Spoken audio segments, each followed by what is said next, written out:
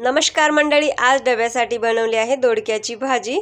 दोडका स्वच्छ धुवून घ्यायचा, दोडक्यावरच्या शिरा काढायच्या, बारीक चिरून घ्यायचा। तुरीची डाळ सुद्धा भिजत घालायची कारण ती दोडक्याबरोबर शिजल्या जाते।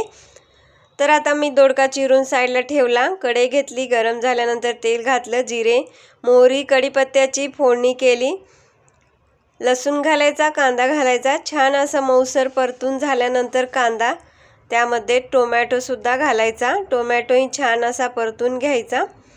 काही दोडके कडू निघत असतात, तर चाखून बघायचा, जर कडू दोडका असेल तर तो घ्यायचा नाही। आता कांदा टोमॅटो छान परतल्यानंतर त्यामध्ये हळद हिंग घालायचं, छान असं मिक्स करायचं। भिजत घातलेली तुरीची डाळ आणि दोडका फोडणीमध्ये घालायचा, छान मिक्स करून घ्यायचं। तुरीच्या डाळीऐवजी शेंगदाण्याचा कूट किंवा ओलं खोबरं सुद्धा घालू शकता, खूप छान चवीला होतो दोडका। आता दोडका घालून छान मिक्स करूया।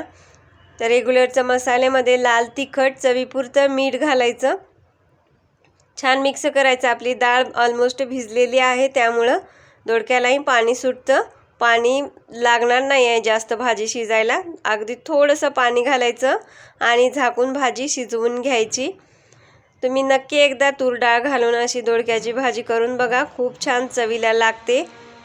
चपाती भाकरी सोबत ही भाजी खायला फारच छान लागते।